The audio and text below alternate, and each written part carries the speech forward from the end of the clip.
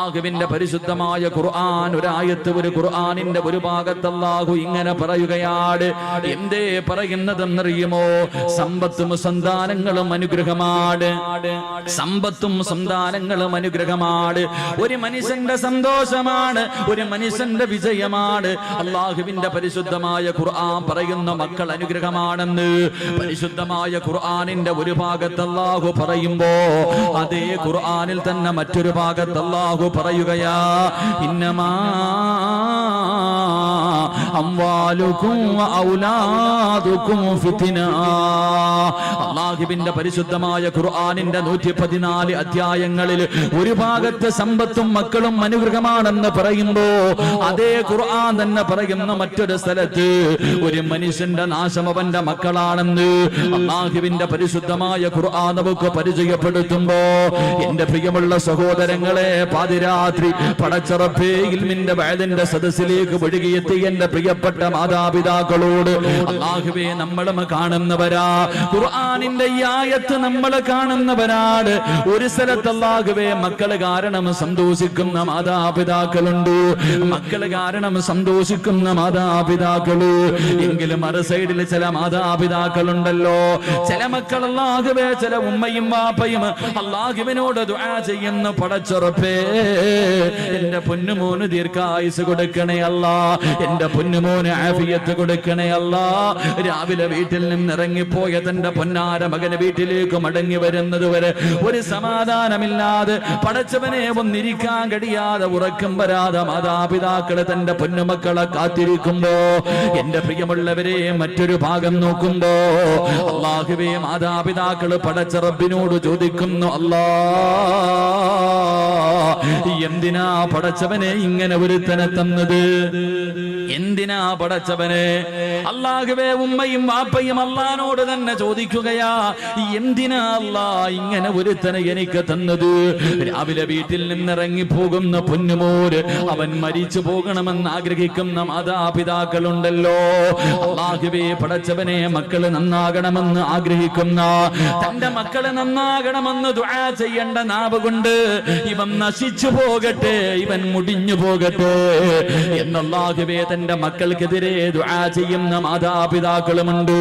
എന്റെ പ്രിയമുള്ള സഹോദരങ്ങളെ, അങ്ങനെയുള്ള ഒരു കാലഘട്ടത്തിലൂടെ കടന്നു പോകുമ്പോ മാതാപിതാക്കൾക്ക് ഒരു വിലയും നൽകാത്ത മക്കളുടെ കാലമാണല്ലോ. പടച്ചവനെ പണം കിട്ടിക്കഴിയുമ്പോ, സൗന്ദര്യമുള്ള ഒരു പെണ്ണിനെ കിട്ടിക്കഴിയുമ്പോ അല്ലാഹുവേ പോറ്റി വളർത്തിയ മാതാപിതാക്കളെ വീട്ടിൽ നിന്ന് അടിച്ചിറക്കുന്ന മക്കളുണ്ടല്ലോ, മാതാപിതാക്കളോട് മിണ്ടാത്ത മക്കളുണ്ടല്ലോ, രോഗം പിടിച്ച ഉമ്മാനെ ചാക്കിൽ കെട്ടിയിട്ട് റോഡിന്റെ സൈഡിൽ കൊണ്ടുവന്ന് തെള്ളുന്ന മക്കളുടെ കാലമല്ലേ.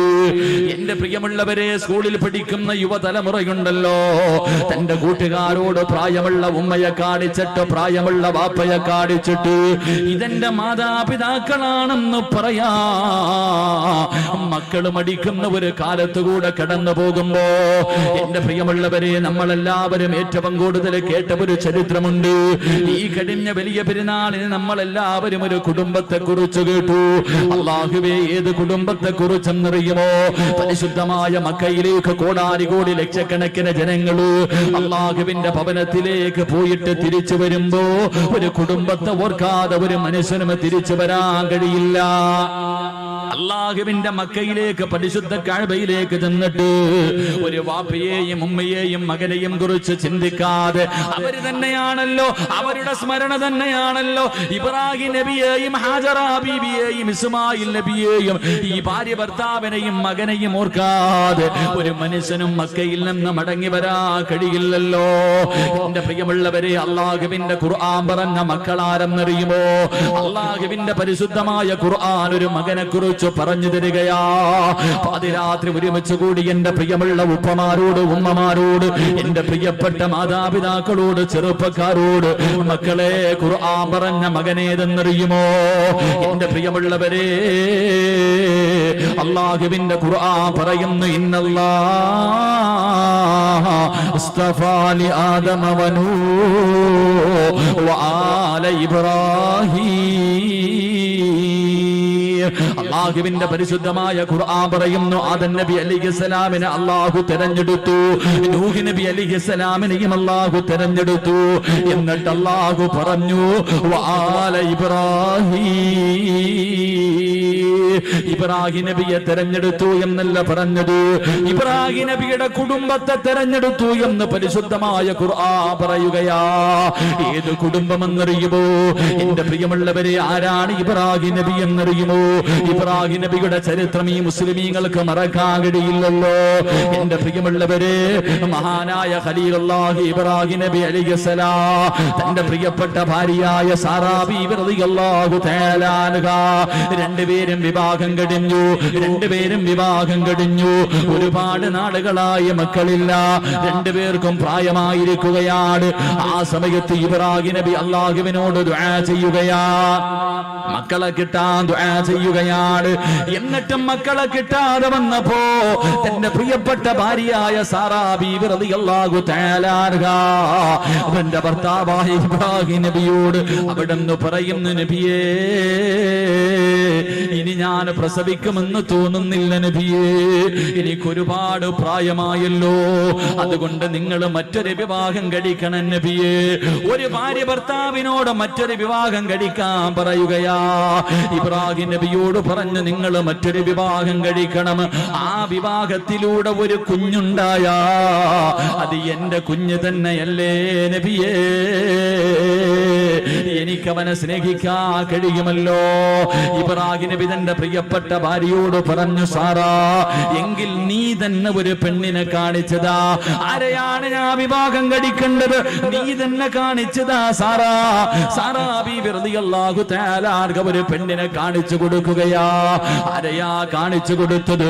മഹദി ഹാജറാ. ഹാജറാ ബീവി റളിയല്ലാഹു തആല അൻഹയെ കാണിച്ചു കൊടുക്കുകയാണ്. എന്റെ പ്രിയമുള്ളവരെ, ചരിത്രമറിയാ, ഇബ്രാഹിം നബി ഹാജറാ ബിയെ വിവാഹം കഴിച്ചു. അവിടുന്ന് ഒരു കുഞ്ഞു ജനിക്കുകയാണ്, ഒരു പൊന്നുമോന് ജനിക്കുകയാണ്. ഇസ്മായിൽ എന്ന് പേരിടുകയാ. അല്ലാഹുവേ, തന്റെ പ്രിയപ്പെട്ട ഭാര്യ പ്രസവിച്ച് തന്റെ ചോരക്കുഞ്ഞിനെയും കെട്ടിപ്പിടിച്ചു കൊണ്ടിരിക്കുമ്പോ അതാ വരുന്നു ഇബ്രാഹിം നബി. വന്നിട്ട് പറയുന്നു, ഹാജറാ യാത്രയ്ക്ക് പോകാൻ തയ്യാറെടുത്തോ. പ്രസവിച്ച് കിടക്കുന്ന ഭാര്യയോട് പറയുകയാണ്, ചോര കുഞ്ഞിനെയും എടുത്തിട്ട് യാത്രയ്ക്ക് തയ്യാറെടുത്തോ. ഹാജറ ചോദിച്ചു, എവിടേക്കാണ് പോകുന്നതെന്ന് ചോദിച്ചില്ല. ഭർത്താവ് ഒരുങ്ങാൻ പറഞ്ഞു, ഞാൻ പ്രസവിച്ച് കിടക്കുകയാണെന്ന് പറഞ്ഞില്ല, ഒരുങ്ങാൻ പറഞ്ഞു. ആ സാലിഹത്തായ പെണ്ണനുസരിക്കുകയാണ്. ഭർത്താവ് ഒരുങ്ങാൻ പറഞ്ഞു, ആ പെണ്ണൊരുങ്ങുകയാണ്. തന്റെ ചോര കുഞ്ഞിനെ എടുത്തു. അല്ലാഹുവേ, ഇബ്രാഹിം നബി അലൈഹിസ്സലാം കടന്നു പോവുകയാണ്. അവസാനം യാത്ര ചെയ്ത് മക്കയിലെത്തിയിട്ട് പടച്ചവനെ, സഫാ മർവ എന്ന് പറയുന്ന രണ്ട് മലകളുണ്ടല്ലോ. അല്ലാഹുവേ, ജനവാസമില്ലാത്ത ഒരു പറവ് പോലും പറക്കുന്ന പോകാത്ത ഒരു പറവ് പോലും ഇല്ലാത്ത ഒരു മനുഷ്യനില്ലാത്ത രണ്ട് മലകൾക്ക് നടുവിൽ തന്റെ പ്രിയപ്പെട്ട ഭാര്യയെയും ചോരക്കുഞ്ഞിനെയും അതാ ഇബ്രാഹിം നബി ഇറക്കി വിട്ടിട്ട് കുടിക്കാനുള്ള വെള്ളവും കഴിക്കാനുള്ള കാരക്കയും കയ്യിലേക്ക് വെച്ചു കൊടുത്തിട്ട് ഇബ്രാഹിം നബി അലൈഹിസ്സലാം തിരിച്ചു നടക്കുകയാ. സാറാ ബീവി ഇങ്ങനെ അതാ ഹാജറാ ബീവി അത്ഭുതത്തോടെ നോക്കുകയാണ്. തന്റെ പ്രിയപ്പെട്ട ഭർത്താവ് ചോദിക്കുന്നതിനൊന്നും മറുപടി പറയാതെ മിണ്ടാതെ നടന്നു പോവുകയാ. ഹാജറാ ബീവി ചോദിച്ചു, നബിയേ അല്ലാഹുവിന്റെ കൽപ്പനയാണോ അതോ സ്വന്തം തീരുമാനമാണോ? ആ സമയത്തിന്റെ പ്രിയമുള്ളവരെ, ഹാജറാ ബീവി റളിയല്ലാഹു തആല അൻഹയോട് അവിടുന്ന് പറഞ്ഞ മറുപടി എന്തെന്നറിയുമോ? അവിടുന്ന് പറയുന്നു, ഹാജറാ ഇത് എന്നെ പടച്ച റബ്ബിന്റെ തീരുമാനമാ ഹാജറാ. തന്റെ തോരക്കുഞ്ഞിനെ നെഞ്ചിലേക്ക് ചേർത്ത് പിടിച്ചിട്ട് ചിരിക്കുന്ന മുഖത്തോടെ ഹാജറ പറഞ്ഞു, ഹസ്ബുനല്ലാ ഹസ്ബുനല്ലാ, എങ്കിലും നിങ്ങൾ സന്തോഷത്തോടെ പൊക്കോ. എന്നെയും എന്റെ കുഞ്ഞിനെയും നോക്കാൻ അല്ലാഹുവിനറിയാ, എന്നെയും എന്റെ കുഞ്ഞിനെയും നോക്കാൻ അല്ലാഹുവിനറിയാ. എന്റെ പ്രിയമുള്ളവരെ, ഇബ്രാഹിം നബി നടന്നു പോവുകയാ. കൊല്ലങ്ങൾ കഴിഞ്ഞു. ഇസ്മായിൽ നബി അലൈഹിസ്സലാം വളരുകയാണ്. ഇസ്മായിൽ നബി അലൈഹിസ്സലാം വളരുകയാണ്. വാപ്പ ഇടയ്ക്കിടയ്ക്ക് വരാറുണ്ട്. അങ്ങനെ വളർന്ന് ചരിത്രം പറയുന്നു. അവസാനം ഇബ്രാഹിം നബി അലൈഹിസ്സലാം മടങ്ങി വരികയാ. തന്റെ പ്രിയപ്പെട്ട ഭാര്യയുടെ മുന്നില് മകന്റെ മുന്നിലേക്ക് അതാ വർഷങ്ങൾ കഴിഞ്ഞു മടങ്ങി വന്നു. ഇബ്രാഹിം നബി അലൈഹിസ്സലാം അതാ തന്റെ മകന്റെ കൂടെ കൂടിയിട്ട് വല്ലാത്ത സന്തോഷമാ. വാപ്പയും മകനും ഇങ്ങനെ സന്തോഷത്തോടെ കഴിയുന്നത് കണ്ടപ്പോ ഇബ്രാഹിം നബി അലൈഹിസ്സലാം ഇസ്മായിൽ നബിക്ക് 10 വയസ്സിന്റെ താഴെയാണ് പ്രായം. ചരിത്രം പറയുകയാ. എന്റെ പ്രിയമുള്ളവരെ, ഒരു ദിവസം രാവിലെയുണ്ടല്ലോ ഇബ്രാഹിം നബി തന്റെ പൊന്നുമോന്റെ കയ്യിൽ പിടിച്ചിട്ട് ചോദിക്കുന്നു, മോനെ ഇസ്മായിലേ, അല്ലാഹു പറഞ്ഞിരിക്കുകയാ നിന്നെ അറുത്തു കൊടുക്കാൻ. ഇന്നലെ വാപ്പ ഒരു സ്വപ്നം കണ്ട പൊന്നുമോനെ, അല്ലാഹു നിന്നെ അറുത്തു കൊടുക്കാൻ അല്ലാഹു പറഞ്ഞിരിക്കുകയാ. നിന്റെ അഭിപ്രായം എന്താണെന്ന് വാപ്പ തന്റെ പൊന്നുമകനോട് ചോദിക്കുമ്പോ ആ മകൻ വാപ്പയുടെ കയ്യിൽ പിടിച്ചിട്ട് ചിരിക്കുന്ന മുഖത്തോട് അവിടെന്ന് പറഞ്ഞ മറുപടി അല്ലാഹുവിന്റെ ഖുർആൻ പറയുകയാണ്, ഇഫ്അൽ മാ തുമർ സതജിദുനി ഇൻഷാ അല്ലാഹ്. വാപ്പയോട് തന്റെ പൊന്നാര 10 വയസ്സിന്റെ താഴെ മാത്രം പ്രായമുള്ള പൊന്നുമൂര് അവിടെന്ന് ചിരിച്ചുകൊണ്ട് പറയുന്നു, വാപ്പാ അള്ളാഹുവിന്റെ കൽപ്പന അനുസരിക്കണേ വാപ്പാ, അള്ളാഹു പറയുന്നത് അനുസരിക്കുക വാപ്പാ, വിധിയുണ്ടെങ്കിൽ നാളെ സ്വർഗത്തിൽ വെച്ച് കാണാ. തന്റെ വാപ്പയെ വല്ലാതെ അത്ഭുതപ്പെടുത്തുകയാണ്. എന്റെ പ്രിയമുള്ള പെങ്ങളെ, തിന്ന വാപ്പയുടെ കയ്യിൽ പിടിച്ചിട്ട് തന്റെ പൊന്നുമോനെ അറുക്കുന്നതിന് വേണ്ടി വാപ്പ തയ്യാറെടുക്കുമ്പോ, തന്റെ പൊന്നുമോനെ അറുക്കുന്നതിന് വേണ്ടി വാപ്പ തയ്യാറെടുക്കുമ്പോ ആ പൊന്നുമോൻ ഉപ്പയുടെ കയ്യിൽ പിടിച്ചിട്ട് പറഞ്ഞു, ഉപ്പാ എനിക്ക് 4 വസിയ്യത്തുണ്ട് വാപ്പാ. ആ 10 വയസ്സിന്റെ താഴെ മാത്രം പ്രായമുള്ള പൊന്നുമോനോട് വാപ്പ ചോദിച്ചു, എന്തേ മോനെ, എന്തേ നിനക്ക് അവസാനമായി വസിയ്യത്ത് ചെയ്യാനുള്ളത്? അവിടെന്ന് പൊന്നുമോൻ ഉപ്പാരോട് പറയുന്ന, ഉപ്പാ എന്നെ മലർത്തി കിടത്തിയിട്ട് കഴുത്തില് കത്തിവെച്ചറുക്കല്ലേ, എന്നെ കമഴ്ത്തി കിടത്തിയിട്ട് എന്റെ പിരടിയിലെ കത്തിവെച്ചറുക്കാൻ പാടുള്ളൂ. അത്ഭുതത്തോടെ ഇബ്രാഹിം നബി ചോദിച്ചു, മോനെ കാരണമെന്തേ? അവിടെന്ന് പറഞ്ഞു കൊടുത്തു, വാപ്പാ നിങ്ങളെ എനിക്ക് വല്ലാത്ത ഇഷ്ടമാ, എന്നെ നിങ്ങൾക്ക് വല്ലാത്ത ഇഷ്ടമാണ്. അറുക്കുന്നതിന് വേണ്ടി കഴുത്തിലേക്ക് കത്തികിടത്ത് വെക്കുമ്പോ എന്റെ മുഖമെങ്ങാണം കണ്ട നിങ്ങളെ കൊണ്ടറുക്കാ കഴിയില്ല വാപ്പാ, അല്ലാഹുവിന്റെ കൽപ്പന അനുസരിക്കാ കഴിയില്ല. അതുകൊണ്ട് എന്നെ കമഴ്ത്തി കിടത്തിയിട്ട് പിരടിയില് കത്തിവെച്ചറുക്കാൻ പാടുള്ളൂ. രണ്ടാമതായി പറഞ്ഞു കൊടുക്കുന്നു, വാപ്പാ എന്റെ കയ്യും കാലും കെട്ടിയിടണേ വാപ്പാ, എന്റെ കയ്യും കാലും കെട്ടിയിടണം. എന്തിനാ മോനെ, എന്തിനാ മോനെ?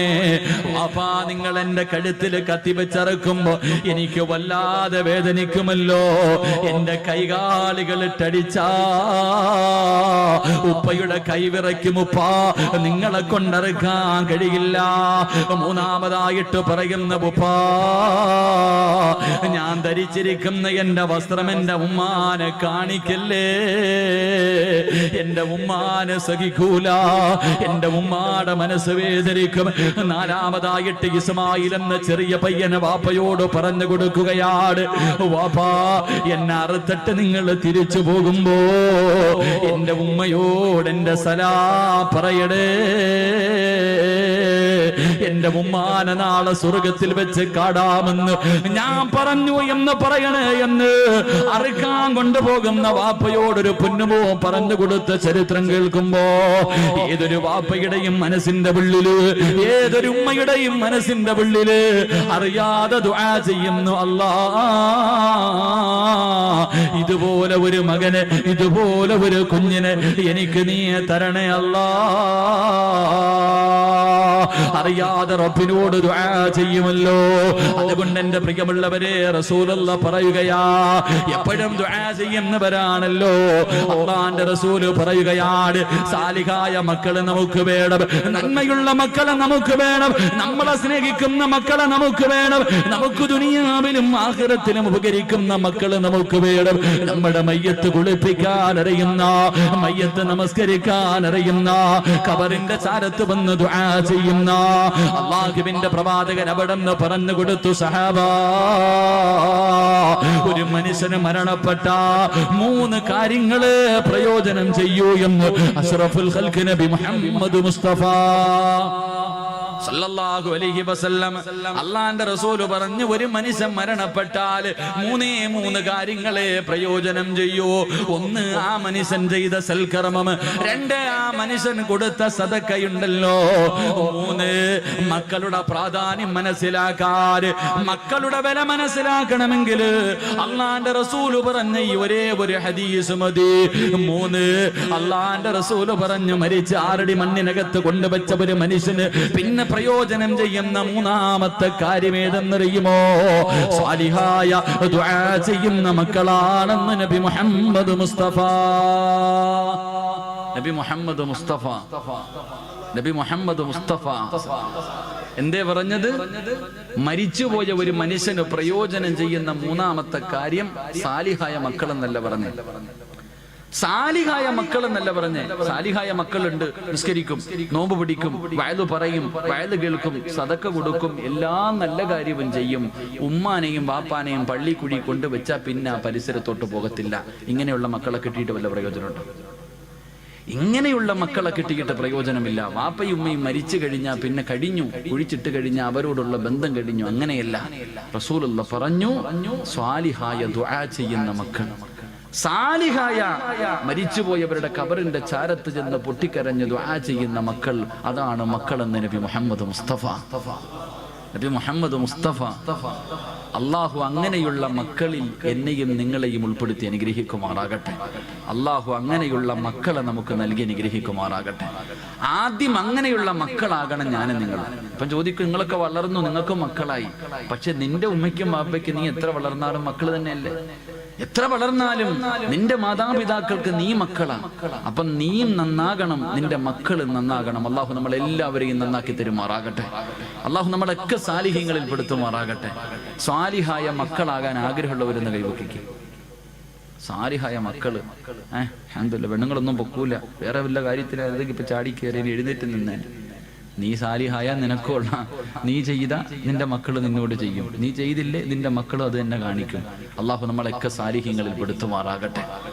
സാലിഹായ മക്കളെ കിട്ടണമെങ്കിൽ വെറുതെ കിട്ടൂല. സാലിഹായ മക്കളെ കിട്ടണമെങ്കിൽ വെറുതെ കിട്ടൂല. സാലിഹായ മക്കളെ കിട്ടണമെങ്കിൽ ചില കാര്യങ്ങൾ ചെയ്യണമെന്ന് അള്ളാഹുവിന്റെ വിശുദ്ധ ഖുർആൻ. അള്ളാഹു പഠിക്കാൻ ഭാഗ്യം നൽകി അനുഗ്രഹിക്കുമാറാകട്ടെ. ചില കാര്യങ്ങൾ ഖുർആൻ പറയുന്നുണ്ട്, ആ പറയുന്ന കാര്യങ്ങൾ ചെയ്താലേ നമുക്ക് നല്ല മക്കളെ കിട്ടത്തുള്ളൂ. അള്ളാഹു അങ്ങനെയുള്ള മക്കളിൽ പെടുത്തുമാറാകട്ടെ. അള്ളാഹു പഠിക്കാനുള്ള ഭാഗ്യം നൽകി അനുഗ്രഹിക്കുമാറാകട്ടെ. എന്റെ പ്രിയമുള്ള സഹോദരങ്ങളെ, സാലിഹായ മക്കളെ കിട്ടണമെങ്കിൽ ഒന്ന്, എല്ലാവരും നേരെ ഇരിക്കും. എല്ലാവരും നേരെ ഇരുന്നേ. ചെളിയിലായിരിക്കുന്നത്, കാല് പൊതയണ്ട. എല്ലാവരും നേരെ ഇരിക്കും. ഇങ്ങനെ ചാരി ഇരിക്കുമ്പോൾ ഉറക്കം വരും. ഇങ്ങനെ ചാരി ഇരിക്കുമ്പോ ശൈത്താൻ അടുത്ത് വന്നിട്ട് അളിയാ ഉറങ്ങടാന്ന് ഇങ്ങനെ തടകുക. ഓനിങ്ങനെ തടകി ഉറക്കാൻ നടക്കുക. ഓനിപ്പോ ഏറും കൊണ്ടിട്ട് വെറുതെ നടക്കുക. ഈ 28 ലക്ഷം ഹാജിമാരെങ്ങാണ്ട് ഈ വർഷമുണ്ട്. എല്ലാരും കൂടെ എറിഞ്ഞെറിഞ്ഞവന്റെ ഊപ്പാട് വന്നിരിക്കുക. എല്ലാരും കൂടെ പോയി കിടന്നിട്ട് ജംറയിലും അള്ളാഹു 7 കല്ല് വെച്ച് 21 കല്ല് ഒരു ദിവസം. എന്തോ ഏറെന്ന് പറഞ്ഞ ഓരോ മനുഷ്യന്റെ ഏറ്. ചില പാകിസ്ഥാനികളൊക്കെ ചെരുപ്പാ എറിയുന്ന ഊരിയിട്ട് ശൈത്താനെ. അതാ മനസ്സിലാക്കേണ്ടത്. ശൈത്താൻ ചിലരുടെ ഏറ് കാണുമ്പോ നമ്മൾ ഏറ്റവും കൂടുതൽ ഈ സെൽഫിയുടെ കാലമാണല്ലോ. ജംറയിൽ ഇങ്ങനെ കല്ലെറിയ, ശൈത്താനെ കല്ലെറിയുന്ന സമയത്ത് ഒരുത്തൻ ഒരു സെൽഫി, ശൈത്താനോടൊപ്പം ഒരു സെൽഫി പത്രത്തിലൊക്കെ ഉണ്ടായിരുന്നു. കല്ലെറിയുമ്പോഴും സെൽഫി. ഓനെ നോക്കിയിട്ട് ശൈത്താൻ ചിരിക്ക, എടാ നീ എന്നെ എറിയുന്നു, നീ നിന്നെ തന്നെ എറിയടാ എന്നാ ചിന്തിക്കണേ. അപ്പൊ അതുകൊണ്ട് ഇങ്ങനെയുള്ള സദസ്സിൽ വന്നിരുത്തിയിട്ട് നമ്മളെ ഉറക്കാൻ അവൻ പരിശ്രമിക്കും. ഉറങ്ങണ്ട, ഉറങ്ങാനൊരു ഭാഗ്യം വേണം. ഇല്ല ഉസ്താദ്, സ്വർഗത്തിരുന്ന് ഉറങ്ങാനൊരു യോഗം വേണ്ടേ? ശരി, അള്ളാഹു നമുക്ക് ഈമാൻ നൽകി അനുഗ്രഹിക്കുമാറാകട്ടെ. അതുകൊണ്ട് സാലിഹായ മക്കളെ കിട്ടണമെങ്കിൽ ഒന്ന് ഖുർആൻ പറയാം. അള്ളാഹുവിന്റെ പരിശുദ്ധമായ ഖുർആൻ പറയുന്നു, സ്വാലിഹായ മക്കളെ കിട്ടണമെങ്കിൽ ഒന്ന്. എന്റെ പ്രിയമുള്ള സഹോദരങ്ങളെ, ഒരു മനുഷ്യൻ ഒരു കൃഷി ചെയ്യാൻ തീരുമാനിച്ചു. കൃഷി ചെയ്യാൻ ഒരാള് തീരുമാനിക്കുമ്പോ ഇന്ന സ്ഥലത്ത് കൃഷി ചെയ്താൽ വിളവ് കിട്ടുമെന്ന് ഉറപ്പുള്ള സ്ഥലത്തല്ലേ കൃഷി ചെയ്യാറുള്ളൂ? ഇല്ലേ മനുഷ്യന്മാരെ പറ. ഇവിടെ കൃഷി ഇറക്കിയാൽ വിളവ് കിട്ടുമെന്ന് ഉറപ്പുള്ള സ്ഥലത്തെ ഒരാൾ കൃഷി ചെയ്യത്തുള്ളൂ. ഒരു കട, ഒരു സ്ഥാപനം തുടങ്ങിയാൽ ഇവിടെ കച്ചവടം ഉണ്ടാകും, ലാഭം ഉണ്ടാകാൻ സാധ്യതയുണ്ടെങ്കിൽ മാത്രമേ ഒരാൾ അവിടെ കടയിടാൻ പോകത്തുള്ളൂ. കടയിട്ടാൽ കച്ചവടം നടക്കൂല എന്നുറപ്പുള്ള സ്ഥലത്ത് ആരെങ്കിലും കൃഷി ഇറക്കോ അല്ലെങ്കിൽ കടയിടോ? ചെയ്യൂല. എങ്കിൽ അല്ലാഹുവിന്റെ പരിശുദ്ധമായ ഖുർആൻ പറയുകയാണ്, സ്വാലിഹായ മക്കളെ കിട്ടണമെങ്കിൽ ഒന്നാമതായി ഖുർആൻ പറയുകയാ, വൽ ബലദു തയ്യിബു യഖ്റുജു നബാതുഹു ബിഇദ്നി റബ്ബി വല്ലദീ ഖബസു ലഹാ യഖ്റുജു ഇല്ലാ നക്ദാ. വിവാഹം കഴിക്കാത്ത എന്റെ പ്രിയപ്പെട്ട ചെറുപ്പക്കാരെ നല്ലതുപോലെ കേൾക്കണേ. അല്ലാഹുവിന്റെ ഖുർആൻ പറയുകയാണ്, പെണ്ണെന്ന് പറഞ്ഞാൽ ആരെന്നറിയുമോ? നിസാഉകും ഹർസുൽ ലകും ഫഅതു ഹർസകും. മോനെ, പെണ്ണെന്ന് പറഞ്ഞാൽ നിന്റെ കൃഷിയിടമാണ്. പെണ്ണെന്ന് പറഞ്ഞാൽ നിന്റെ കൃഷിയിടമാണ്. അതുകൊണ്ട് നീ നല്ല കൃഷിയിടത്തിൽ വിളവിറക്കിയാലേ നിനക്കും നല്ല വിളവ് കിട്ടൂ എന്ന് പരിശുദ്ധ ഖുർആൻ. അല്ലാഹു പറയുകയാണ്, നല്ല കൃഷിയിടത്തിൽ കൃഷി ഇറക്കിയാ നിനക്ക് നല്ല വിളവ് കിട്ടും. മോശമായ പറമ്പിൽ നീ കൃഷി ഇറക്കിയാ നീ ഉദ്ദേശിക്കുന്ന വിളവ് നിനക്ക് കിട്ടൂല എന്ന് ഖുർആൻ പറയുമ്പോ, എന്റെ പ്രിയമുള്ള മുസ്ലിമേ, സ്വാലിഹായ ദുനിയാവിലും ആഖിറത്തിലും ഉപകരിക്കുന്ന മക്കളെ നിനക്ക് കിട്ടണമെങ്കിൽ അല്ലാഹുവിന്റെ പരിശുദ്ധമായ ഖുർആൻ പറയുകയാ, മോനെ, റോഡിന്റെ ഓരത്ത് നിന്ന് പുഞ്ചിരിക്കുന്നവളെ കെട്ടല്ലേ, കണ്ടവളമാരെ കെട്ടല്ലേ. അള്ളാന്റെ ഖുർആൻ പറയുകയാണ്, നല്ല പെണ്ണിനെ വിവാഹം കഴിക്കണേ, നല്ല പെണ്ണിനെ വിവാഹം കഴിക്കണേ. നല്ല ഉമ്മയുടെ വയറ്റിലെ നല്ല മക്കള് ജനിക്കാറുള്ളൂ, നല്ല ഉമ്മയ്ക്ക് നല്ല മക്കള് പിറക്കാറുള്ളൂ. അള്ളാഹുവേ, നല്ല വാപ്പയ്ക്ക് നല്ല മക്കള് ജനിക്കൂ എന്ന് അള്ളാഹുവിന്റെ പരിശുദ്ധമായ ഖുർആൻ പരിചയപ്പെടുത്തുമ്പോ, എന്റെ പ്രിയമുള്ളവരെ, നല്ല ഉമ്മമാർക്ക് നല്ല മക്കള് ജനിക്കൂ. അള്ളാഹുവിന്റെ റസൂൽ അതുകൊണ്ടാ പറഞ്ഞത്, എന്റെ പ്രിയമുള്ളവരെ, നല്ല ഉമ്മയുടെ വയറ്റിൽ എത്രയോ നല്ല മക്കൾ ജനിച്ചതിന്റെ ചരിത്രം നമുക്ക് കാണാൻ കഴിയും. എന്റെ പ്രിയമുള്ളവരെ, കേട്ടതാണെങ്കിലും ഒരു ചരിത്രം ഞാൻ പറഞ്ഞു തരാ. ഒരു നല്ല വാപ്പയ്ക്കും ഉമ്മയ്ക്കും ജനിച്ചവരെ പൊന്നുമോനെ കുറിച്ച് പറഞ്ഞു തരട്ടെ. മഹാനായ സാബിത്ത് ഇബ്നു ഇബ്രാഹിം എന്ന് പറയുന്ന ഒരു ചെറുപ്പക്കാരനുണ്ടല്ലോ, കാണാൻ എന്ത് സുന്ദരനെന്നറിയുമോ? വല്ലാതെ യുവത്വത്തിന്റെ നടുവിലൂടെ നടന്നു പോകുന്ന ഒരു ചെറുപ്പക്കാരനാ. പക്ഷേ പടച്ചവനെ വല്ലാത്ത പേടിയാ, അള്ളാഹുവിനെ പേടിച്ച് ജീവിക്കുന്നവനാണ്. പടച്ചവനെ വിശപ്പ് സഹിക്കാൻ കഴിയാതെ വീട്ടിൽ കിടന്നിട്ട് ഉറക്കം വരുന്നില്ല. അവിടെ നിന്ന് മുണ്ട് മുറുക്കി വിടുത്തി കെട്ടിയ ചെറുപ്പക്കാരൻ ഇറങ്ങി നടക്കുകയാണ്.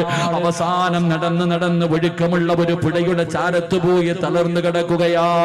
ഒരു പുഴയുടെ ചാരത്ത് പോയി തളർന്നു കിടക്കുകയാണ്.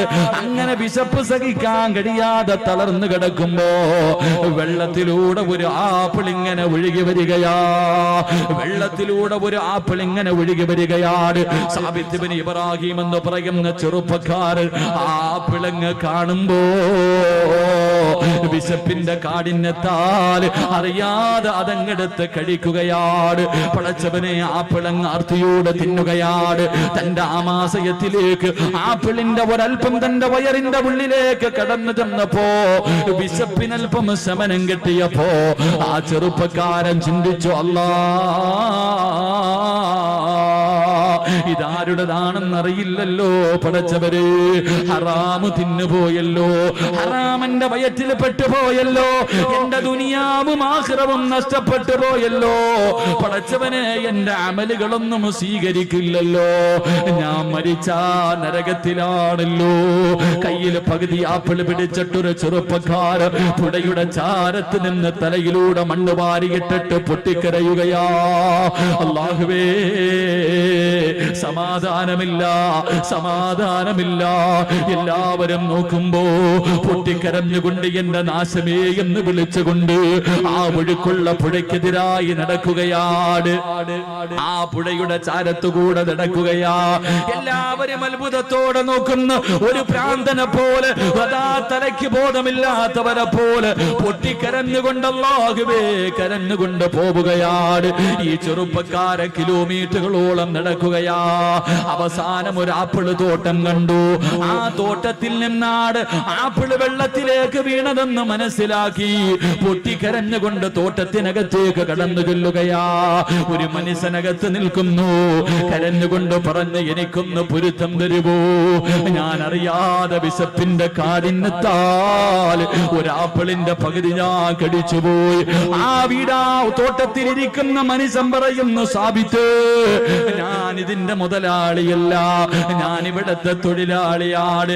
എന്റെ മുതലാളിയുടെ വീടെത്തണമെങ്കിൽ 3 ദിവസം രാപ്പകല് നടന്നാലേ എന്റെ യജമാനന്റെ വീട്ടിലെത്തൂ. സാബിത്ത് പറഞ്ഞു, 3 അല്ല 300 കൊല്ലം നടക്കേണ്ടി വന്നാൽ നടക്കാൻ ഞാൻ തയ്യാറാ.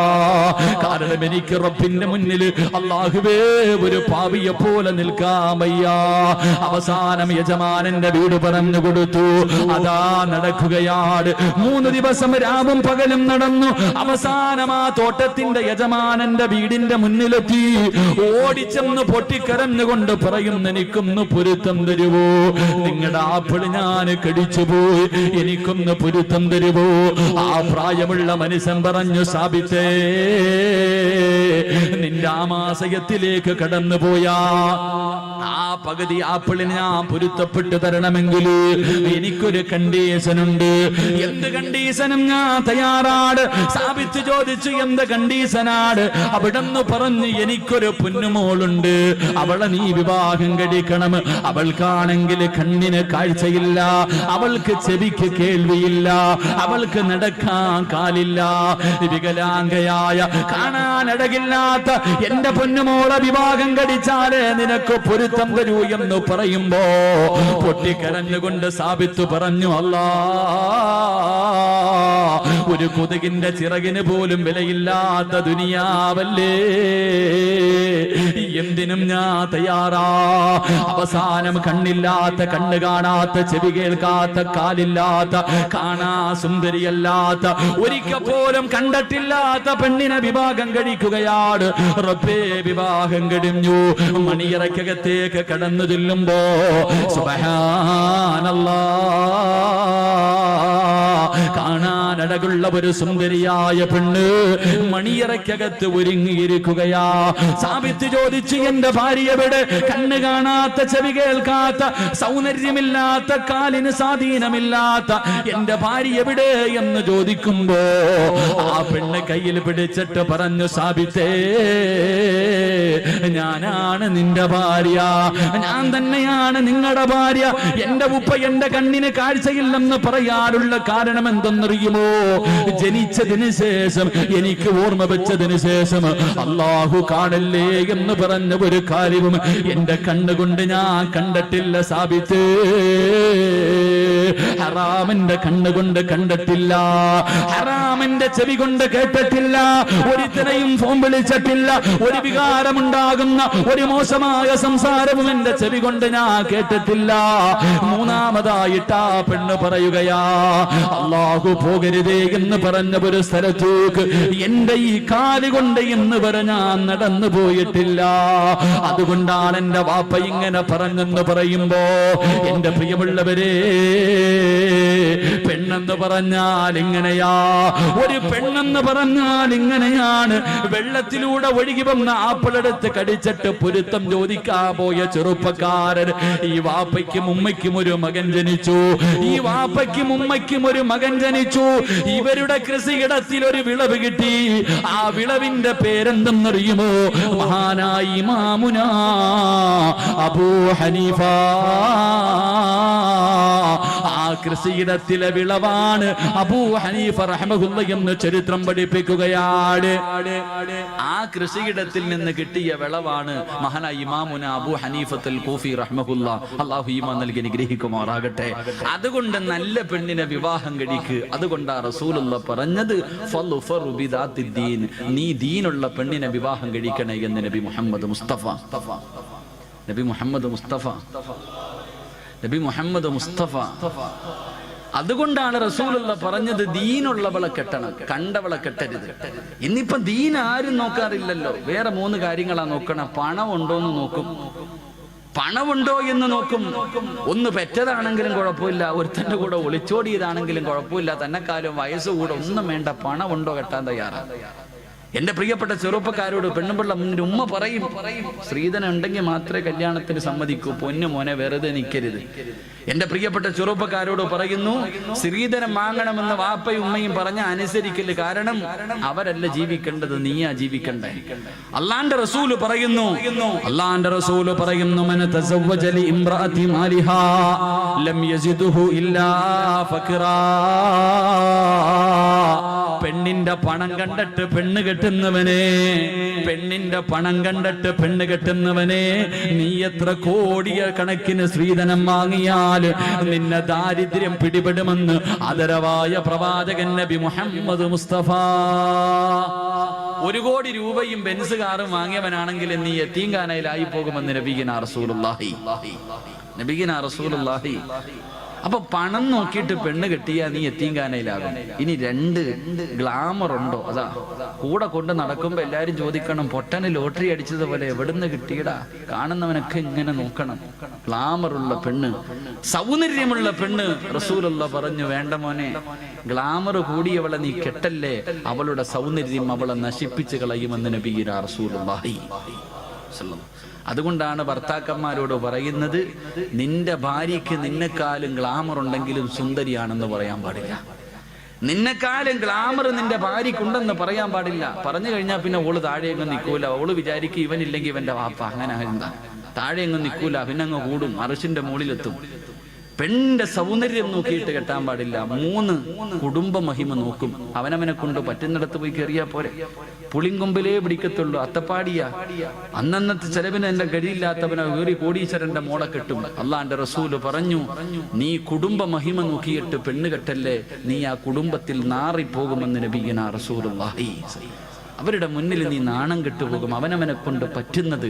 അതുകൊണ്ടാ പറഞ്ഞത്, നീ നോക്കണ്ട ഒന്നാമത്തെ കാര്യം, അവക്ക് അള്ളാനെ പേടിയുണ്ടോ? നിസ്കരിക്കാൻ അറിയോ? അവൾക്ക് റസൂലുള്ളാഹിനെ കുറിച്ച് അറിയോ? ഖുർആൻ ഓതാൻ അറിയുമോ? ദീനുള്ള പെണ്ണിനെ വിവാഹം കഴിക്ക്. ആ കൃഷിയിടത്തിൽ നല്ല മക്കൾ ജനിക്കുമെന്ന് നബി മുഹമ്മദ് മുസ്തഫ. അള്ളാഹു നമുക്കൊക്കെ നല്ല ഭാര്യമാരെ നൽകി അനുഗ്രഹിക്കുമാറാകട്ടെ. തന്നതിന് അള്ളാഹു നന്നാക്കി തരുമാറാകട്ടെ. ഒരു വാപ്പയും വിവാഹം കഴിക്കാത്ത മകനും കൂടെ ഈ മജ്‌ലിസിന്റെ സദസ്സിലുണ്ട്. ദുആ ചെയ്യുമ്പോൾ ഉസ്താദ് പറയുന്നു, മനസ്സിലെ ആഗ്രഹം എന്താണോ കരുതാൻ പറഞ്ഞാൽ, വിവാഹം കഴിക്കാത്ത മകൻ ഒരു സൈഡിൽ ഇരുന്ന് ചിന്തിക്കും, പടച്ചോനെ ഒരു സാലിഹത്തായ പെണ്ണിനെ എനിക്ക് തരണേ തമ്പുരാനെ. വാപ്പ ഇപ്പുറത്തിരുന്ന് പറയും, തന്നതിനെ ഒന്ന് നന്നാക്കി തരണേ പടച്ചവനെ. 2 പേരും ആവശ്യക്കാരിതാ. ഭാര്യയും വിവാഹം കഴിച്ചവരും കഴിക്കാത്തവരും എല്ലാവരും ഒരു സാലിഹത്തായ പെണ്ണിനെയാ കരുതുന്നേ. അള്ളാഹു നല്ല ഭാര്യമാരെ നൽകി അനുഗ്രഹിക്കുമാറാകട്ടെ. ചില പെണ്ണുങ്ങൾ വീടിന്റെ നാശമാണ്, ചില ഭാര്യമാർ വീടിന്റെ ഐശ്വര്യം നഷ്ടപ്പെടുത്തുന്നവരാ. അള്ളാഹു നമ്മളെ കാക്കുമാറാകട്ടെ. 6 സ്വഭാവമുള്ള പെണ്ണുങ്ങൾ വീടിന്റെ ഐശ്വര്യം നഷ്ടപ്പെടുത്തുന്നവരാ. അള്ളാഹു നമ്മുടെ ഭാര്യമാരെയൊക്കെ കാക്കുമാറാകട്ടെ. 6 സ്വഭാവമുള്ള പെണ്ണുങ്ങൾ വീടിന്റെ ഐശ്വര്യം നഷ്ടപ്പെടുത്തി കളയുന്നവരാ. ഞാൻ പറഞ്ഞുതരാം, നിങ്ങളുടെ ഭാര്യമാർക്ക് ആ സ്വഭാവം ഉണ്ടെങ്കിൽ തിരുത്തി കൊടുക്കൂ. പറമനുഷ്യന്മാരെ പറഞ്ഞു തരട്ടെ, ഉള്ള സമാധാനം പോയി കിട്ടും. നീ അനുഭവിക്കുന്നതിന്റെ കാരണം ഇതാ. എന്റെ പ്രിയപ്പെട്ട പെങ്ങളോട് പറയുന്നു, ഈ പറയുന്ന 6 ദുശീലങ്ങളിൽ ഏതെങ്കിലും ഒരെണ്ണം നിനക്കുണ്ടെങ്കിൽ തിരുത്തിക്കോ, ഇല്ലെങ്കിൽ നിന്റെ ജീവിതം നല്ല നിലയിൽ മുന്നോട്ട് പോകത്തില്ല. അള്ളാഹു പഠിക്കാൻ ഭാഗ്യം നൽകി അനുഗ്രഹിക്കുമാറാകട്ടെ. തമ്മിലടിക്കാനല്ല, പഠിക്കാൻ വേണ്ടി ഞാൻ പറഞ്ഞു തരാം. ഇൻഷാ അല്ലാഹ് ജീവിതത്തിൽ ഭാര്യയ്ക്ക് ഉപദേശിച്ചു കൊടുക്കണം. അള്ളാഹു ഈമാൻ നൽകി അനുഗ്രഹിക്കുമാറാകട്ടെ.